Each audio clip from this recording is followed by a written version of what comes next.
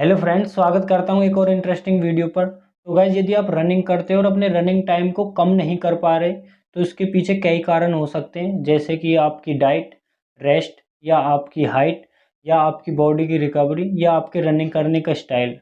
और जितने भी ये रीज़न हैं और मोस्टली समय रहते हैं इन लोगों को समझ में आ जाते हैं और इन चीज़ों को ठीक कर लेते हैं, लेकिन रिकवरी एक ऐसा फैक्टर है जिस पर कोई ध्यान नहीं देता। और यही वो कारण है जिसकी वजह से लोग अपनी रनिंग को इम्प्रूव नहीं कर पाते और अपने रनिंग टाइम को कम नहीं कर पाते। तो यदि आप रनिंग करते हो तो आज इस रिकवरी के बारे में जानेंगे कि रिकवरी हमारी बॉडी के लिए क्यों ज़रूरी है। यदि आप रनिंग को सबसे ज़्यादा इम्पोर्टेंस देते हो तो रिकवरी भी उसमें 100% काम करती है आपकी रनिंग टाइम को कम कराने के लिए। इसलिए बॉडी का रिकवर होना बहुत ज़रूरी है। यदि आप रनिंग करते हो तो वीडियो के साथ एंड तक बने रहें, क्योंकि वीडियो में मैं आपको कुछ ऐसी टैबलेट बताऊंगा जिनका इस्तेमाल करके आप अपने रनिंग टाइम को काफ़ी कम कर सकते हो, अपनी जो रनिंग को इम्प्रूवमेंट कर सकते हो, आपकी रनिंग स्पीड को इंक्रीज़ कर सकते हो। तो वीडियो के साथ एंड तक बने रहें, बिल्कुल भी स्किप ना करें। और अगर आप हमारे इस चैनल पर पहली बार आएँ तो इस चैनल को ज़रूर सब्सक्राइब कीजिए, साथ ही नोटिफिकेशन बेल को प्रेस करें जिससे हमारी आने वाली नेक्स्ट इन्फॉर्मेटिव वीडियो की नोटिफिकेशन आप तक सबसे पहले पहुंचे।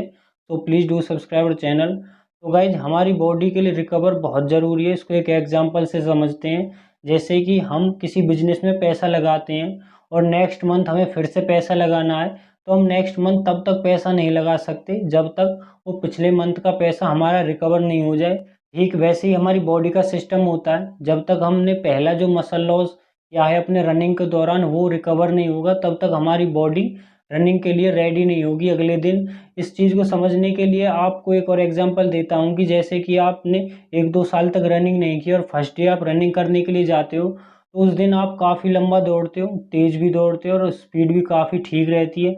लेकिन जब आप नेक्स्ट डे रनिंग करने के लिए जाते हो, ना तो वो इतनी स्पीड रहती, ना ही इतनी दूर तक आप दौड़ पाते, ना ही वो इतना स्टेमिना रहता, और आपकी टाइमिंग भी काफ़ी कम रहती है। तो इसके पीछे की वजह यही है कि आपने जो 1-2 साल रुक कर रनिंग की तो आपकी बॉडी पूरी तरह से रिकवर थी। आपका मसल लॉस जो कभी पहले हुआ था वो बिल्कुल नहीं था। आपकी बॉडी बिल्कुल रेडी थी उस रनिंग को करने के लिए। जब आपने रनिंग कर ली और नेक्स्ट डे फिर से रनिंग करने के लिए गए तो आपकी बॉडी जो लास्ट डे आपका मसल लॉस हुआ था उसको रिकवर नहीं कर पाई, क्योंकि आपने अपनी बॉडी को रिकवर नहीं किया, जिसकी वजह से आप नेक्स्ट डे इतने स्टेमिना, इतनी पावर के साथ फिर से नहीं दौड़ पाए, वो दूरी आपसे तय नहीं हुई। अब बॉडी को रिकवर करने के लिए दो तरीके हैं।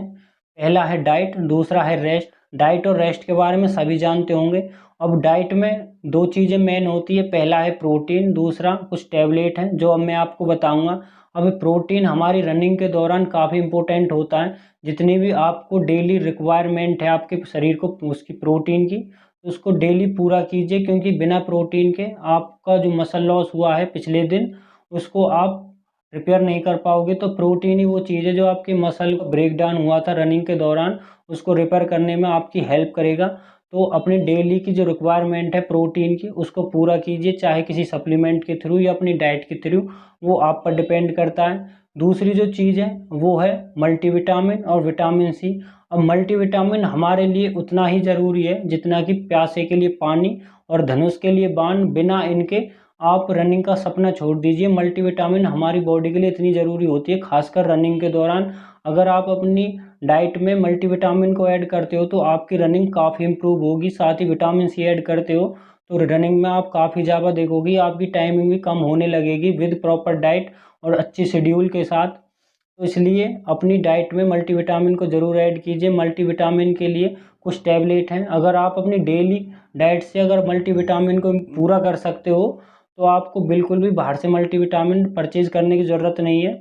लेकिन हमारा खान पीन इतना बदल चुका है कि हमें जो जितने भी मिनरल्स, जितनी भी विटामिन हमें चाहिए वो हमें मिलती नहीं है। तो इसके लिए हम बाहर से इन चीज़ों को कंज्यूम करते हैं। अब लेकिन जो मार्केट में महंगे महंगे ब्रांड है उनकी महंगे महंगे मल्टीविटामिन मिनरल्स आते हैं, बहुत से लोग उनको अफोर्ड नहीं कर पाते। तो इसके लिए आप केमिस्ट की शॉप पर जाएं, वहाँ पर A to Z मल्टीविटामिन आपको मिल जाएगी। A to Z कंपनी है, उसकी मल्टीविटामिन आपको मिल जाएगी, काफ़ी सस्ती है। आप डेली लंच के बाद इन मल्टीविटामिन को अपनी डाइट में ऐड कीजिए।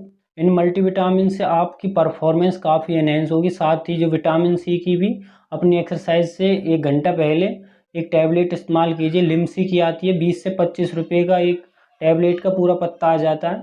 उसको आप अपनी डाइट में ऐड कीजिए। खासकर रनिंग से पहले विटामिन सी ज़रूर ऐड कीजिए। खासकर विटामिन सी अपने रनिंग से पहले 1 घंटा पहले ज़रूर ऐड कीजिए, आपको अपनी परफॉर्मेंस में काफ़ी इजाफा दिखेगा। अब आप देखते होंगे कि बहुत से ऐसे लोग हैं जो ना कि मल्टीविटामिन खाते हैं, ना किसी विटामिन सी का यूज़ करते हैं, सिर्फ डाइट लेते हैं और प्रोटीन की रिक्वायरमेंट को पूरा करते हैं, फिर भी वो आपसे काफ़ी अच्छा रनिंग करते हैं। इसके पीछे की वजह उनकी बॉडी फास्ट रिकवर होती है।